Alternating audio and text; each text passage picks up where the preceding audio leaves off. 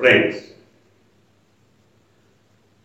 మొత్తం భారతదేశం రాజకీయాలు ఎలా ఉన్నా ఆంధ్రప్రదేశ్ రాజకీయాలు మాత్రం భిన్నంగా విభిన్నంగా విస్తుగొలిపేలా కనపడుతుంటాయి. ఎప్పుడూ కూడా పత్రికల్లో పతాక శీర్షికల్లో వెలుగు చూస్తుంటాయి. కారణం, ఇక్కడ ఉన్నటువంటి 40 years ఇండస్ట్రీ, ప్రధాన ప్రతిపక్ష నాయకుడు, పచ్చ పార్టీ అధినేత ఎన్ని రాజకీయాలు చేయాలో, ఎన్ని రకాల కుట్రలు కుతంత్రాలు, దగ మోసం వంచన వీటికి రూపకల్పన చేయాలో అన్నీ చేస్తూ ప్రజలకు ఎప్పటికప్పుడు కొత్త అంశాలను తెర మీదకి తీసుకొచ్చి చూపిస్తుంటారు. వ్యవస్థలను కూడా ఎంతగా భ్రష్టు పట్టించాలో, వ్యవస్థలను తన చేతుల్లో చెప్పు చేతల్లో ఎలా ఉంచుకోవాలో ఆయనకు తెలిసినట్టుగా ఎవరికీ తెలియదు. ఆయన తప్పు చేసి కూడా బుకాయిస్తాడు, అది తప్పు కాదంటాడు. తప్పులు ఒప్పులుగా చూపించగలడు, ఒప్పులను తప్పులుగా మార్చేయగలడు. ఇవన్నీ ఎందుకు చెప్పుకోవాలంటే, మాచర్ల ఎమ్మెల్యే పిన్నెల్లి రామకృష్ణారెడ్డి పైన 2 తాజాగా హత్యాయత్నం, మరో దమ్మి కేసు. తాజాగా పోలీసులు ఆయన పైన నమోదు చేసి అరెస్టుకు రంగం సిద్ధం చేశారు. గతంలోనే ఆయన పైన ఈవీఎంల ధ్వంసం కేసుతో ఆగమేఘాల మీద అరెస్టు వారెంట్ ఇష్యూ చేసినప్పుడు ఆయన హైకోర్టుకు వెళ్ళి ఊరట పొందారు. ఆయనే కాదు, జేసీ అస్మిత్ రెడ్డి కానీ, అట్లాగే మరో టీడీపీ అభ్యర్థి కానీ, వీరిద్దరూ కూడా ఊరట పొందారు. వారితో పాటు పిన్నెల్లి రామకృష్ణారెడ్డికి కూడా ఊరట లభించింది. అయితే ఊరట లభించిన వెంటనే మర్నాడే 13వ తేదీ పోలింగ్ జరిగింది. 23వ తేదీ ఆయనకు ఊరట లభించింది. కానీ 24వ తేదీ హైకోర్టులో మళ్ళీ ఒక పిటిషన్ దాఖలైంది. అది కాకుండా పోలీసులు ఆయనకు అరెస్ట్ వారెంట్ ఇష్యూ చేశారు. దీని మీద మళ్ళీ పిన్నెల్లి రామకృష్ణారెడ్డి హైకోర్టుకు వెళ్ళి, ఇదెక్కడి గోలా, 23వ తేదీ నాకు హైకోర్టు ఊరట్ల ఇచ్చింది, ఈ వచ్చే నెల 6వ తేదీ వరకు ఒక అభ్యర్థిగా నేను కౌంటింగ్లో ఉండేటువంటి అవకాశం కల్పించాలని కోరినప్పుడు దాన్ని హైకోర్టు అంగీకరించింది, ఊరట ఇచ్చింది.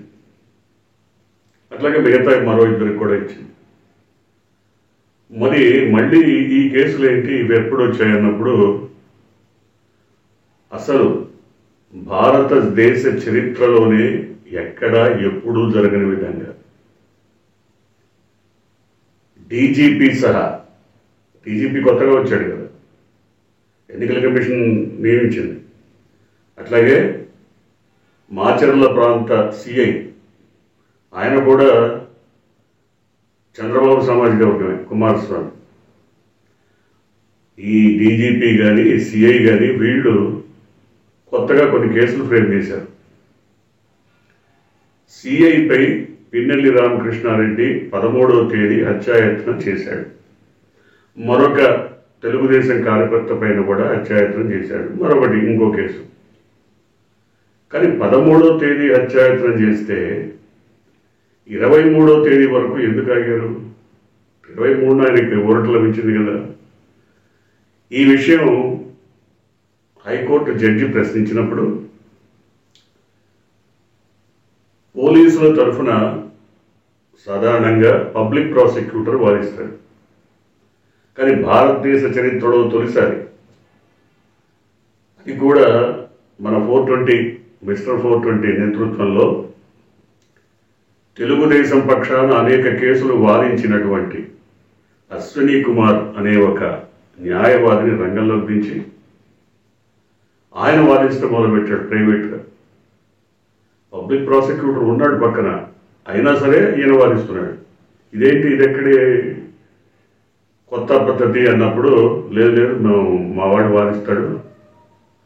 నిజానికి ఇలాంటి పరిస్థితి ఎప్పుడైనా ఎక్కడైనా ఈ దేశంలో కాన్స్టిట్యూషన్ ప్రకారం జరిగితే, ఒక ప్రైవేటు అడ్వకేట్ కనుక పోలీసుల పక్షాన వాదించాల్సిన పరిస్థితి వస్తే ప్రభుత్వం ఒక జీవో ఇష్యూ చేయాలి. ఒక జీవో ద్వారా అతనికి అధికారాలు దఖలుపరచాలి.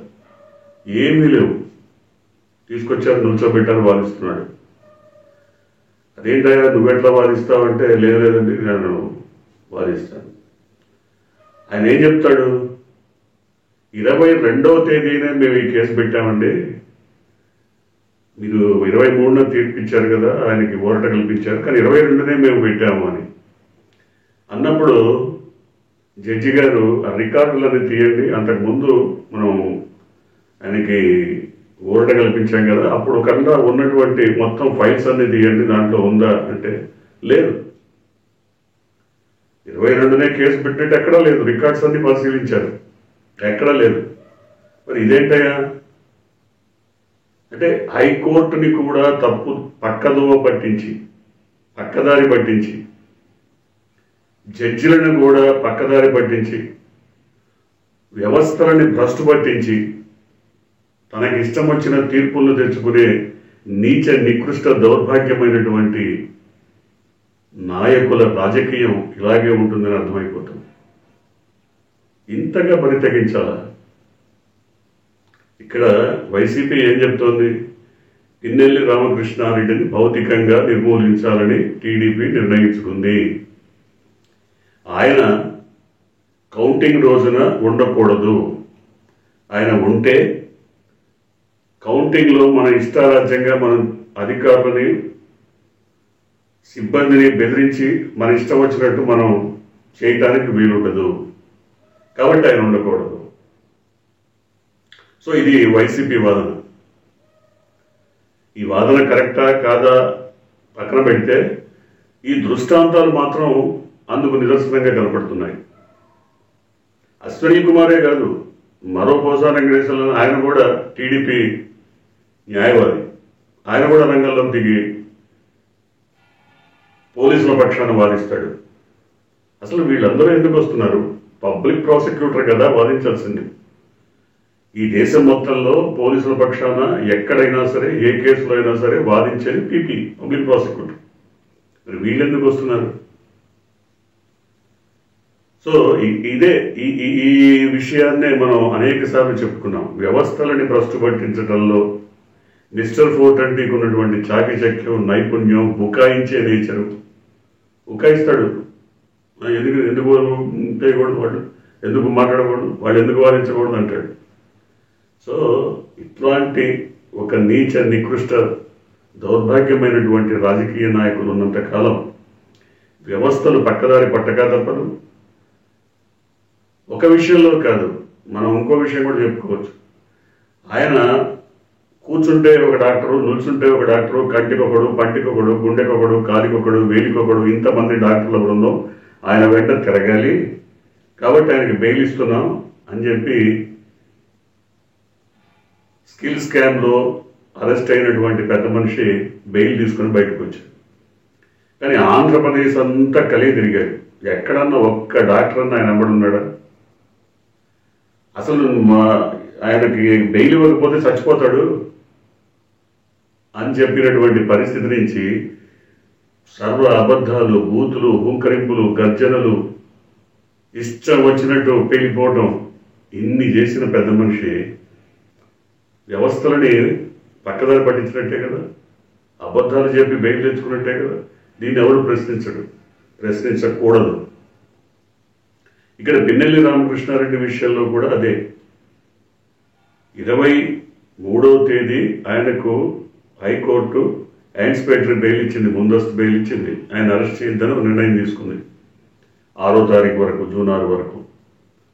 కానీ జూన్ 6 వరకు ఇచ్చింది కాబట్టి కౌంటింగ్లో అతను కూర్చుంటాడు కాబట్టి మన పప్పులడకు మనమేం చేయలేము.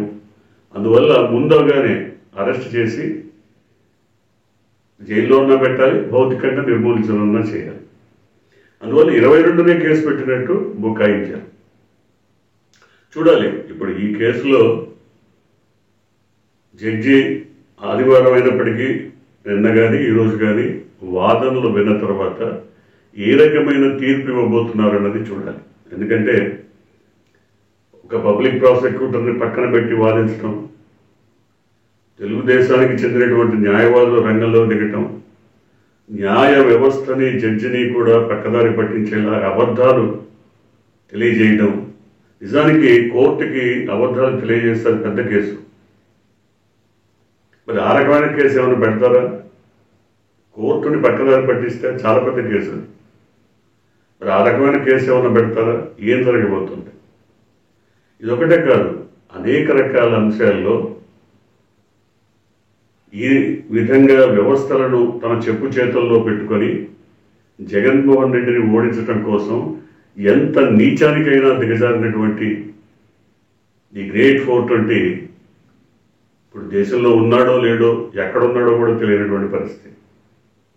ఆయన 1వ తారీఖు లేదా 2వ తారీఖు రాష్ట్రంలో కాలు పెడతాడని ఒక వార్త, నిజమో కాదో తెలియదు. లేదా ఎన్నికల తర్వాత, అంటే ఎన్నికల ఫలితాలు తెలుసుకున్న తర్వాత రావాలా వద్దా అనే నిర్ణయం తీసుకుంటాడని మరికొంతమంది చెప్తున్నారు. ఏది నిజమో మనకైతే తెలియదు. కానీ ఈలోగా ఇలాంటి వ్యవహారాలన్నీ కూడా ఆయన తరఫున పచ్చ నేతలు కొంతమంది పక్కబెడుతూనే ఉన్నారు. ఎప్పుడో కాదు, ఇప్పుడు కూడా ఆయన లేని సమయంలో కూడా, సందర్భంలో కూడా ఎక్కడి నుంచో మొత్తం మీద ఈ వ్యవహారాలన్నీ చక్కబెట్టడానికి, ఈ కుట్రలకు కుతంత్రాలకు ఒక యంత్రాంగాన్ని సిద్ధం చేసినట్టుగా అర్థమవుతోంది. చూద్దాం ఏం జరగదు.